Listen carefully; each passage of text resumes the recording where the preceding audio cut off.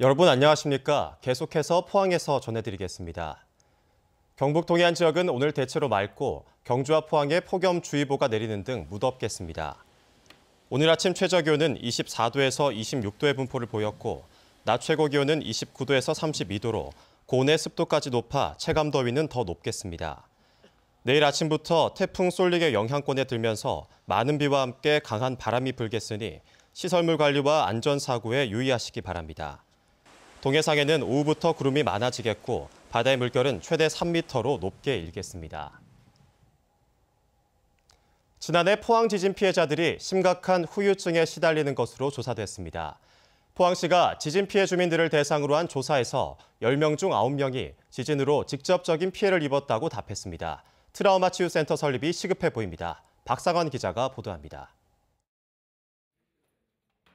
포항시가 지난해 11월 15일 발생한 규모 5.4 지진과 관련해 시민 인식도 설문조사를 진행했습니다. 지진 피해가 심했던 장량동과 흥해읍 주민 505명을 대상으로 한 조사에서 응답자 79.8%가 각종 재난으로 인해 피해를 경험했다고 답했고 그중 93.8%가 지진으로 인한 직접적인 피해를 입었다고 응답했습니다.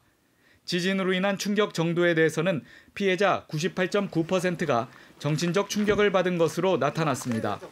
특히 충격을 받았다고 답한 응답자 중 42.9%는 지진 후 심리적 불안감과 후유증이 6개월 이상 지속된다고 답하는 등 대부분의 피해자들이 후유증을 겪은 것으로 조사됐습니다. 심리적 불안감을 극복하기 위한 좋은 방안으로는 전문가와 상담하는 것이 도움이 된다는 답변이 가장 많았습니다. 하지만 심리치료를 받았다고 한 사람은 전체 응답자 중 10.4%로 10명 중 1명꼴, 이 중 심리치료 만족도에 대한 조사에서는 불만족이 과반 이상을 차지했습니다. 불만족 이유로는 심리치료가 형식적이고 일회성인 것 같다, 심리 안정이 잘 되지 않았다 등 전문성이 부족했다는 지적이 주를 이뤘습니다. 포항시는 지진 대책국을 신설하고 시민 중심의 맞춤형 심리 지원을 추진하고 있지만 전문적인 트라우마 치유센터 유치를 시급한 과제로 보고 있습니다. 시민들이 지진 트라우마 치유를 위해 여러 가지 사업을 추진하고 있지만 근본적인 해결을 위해 트라우마 치유센터와 같은 전문기관이 무엇보다도 필요하다고 생각합니다. 향후 트라우마 치유센터 유치를 위해 적극적인 노력을 할 것입니다. 포항과 경주 등 경북에서 발생한 지진으로 인해 트라우마 치유센터 설립이 필요하다는 응답이 67.1%를 차지하는 등 대부분의 시민들이 센터 설립에 공감하는 것으로 나타났습니다. MBC 뉴스 박상환입니다. 포항시는 제19호 태풍 쏠릭의 북상으로 오는 23일 태풍 영향권에 들 것으로 예상되면서 피해 예방을 위한 대응 태세에 돌입했습니다.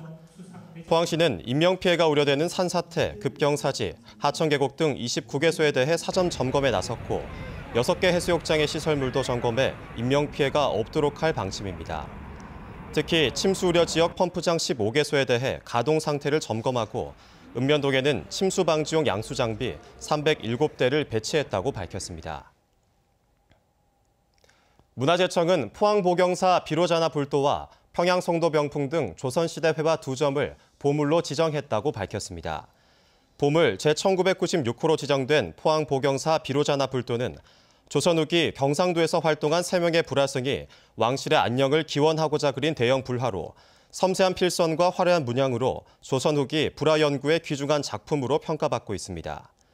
또 보물 제1997호 평양성도 병풍은 조선 후기 화려했던 평양의 모습을 구체적으로 묘사해 예술적 완성도와 함께 조선 후기 회화 연구에 기준이 되는 작품으로 인정받고 있습니다.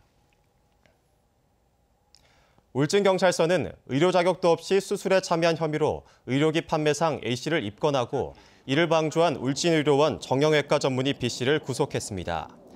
A씨는 지난 2015년부터 지난해 말까지 60여 차례에 걸쳐 전문의 B씨가 집도한 척추 풍선 확장술 등 각종 수술에 참여해 재료를 조립하거나 삽입한 혐의입니다.